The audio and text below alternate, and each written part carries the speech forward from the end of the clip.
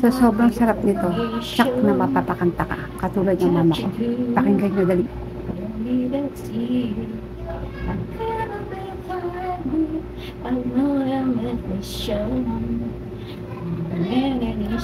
Kaya channel na nito, talong nuggets. Talong nuggets na tsak na magigets nyo na masarap i-dip sa mayo at ketchup combo. Tingnan nyo na lang sa video yung mga ingredient. Tapos, yung talong nga pala dito, inihaw ko nga pala siya. Pero pwede naman siyang ilaga.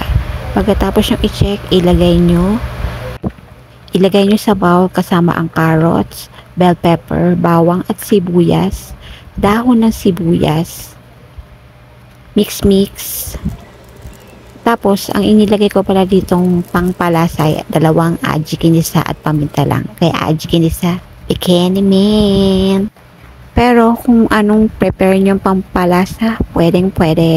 Pagkatapos haluin, ilagay na ang 1 pirasong egg. Mix ulit, tsaka na ilagay ang harina. 1 cup yan, pero dagdag ako kasi medyo basa-basa pa siya. Siguro mga 5 tablespoon pa ang idinagdag ko dyan. Kailangan ang tekstura niya kasi maimomold mo siya.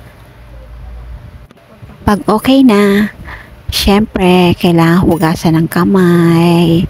O ayan ha, malinis ang kamay ko dyan, kahit isum nyo. Pagpasensahan nyo na yung narinig yung sound na kasi nakaspeed siya. Tapos imumod nyo lang siya na pa-rectangle sa breadcrumbs nyo siya i-coat.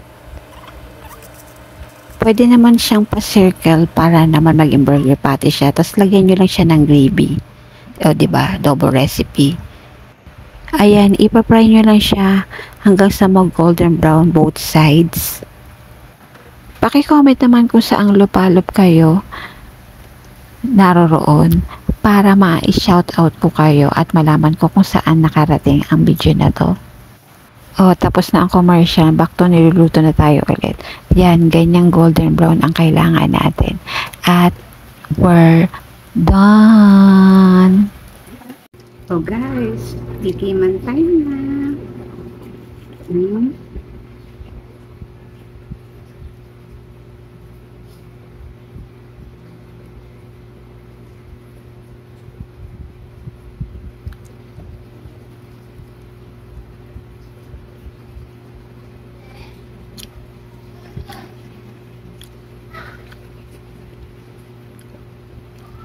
Sarap.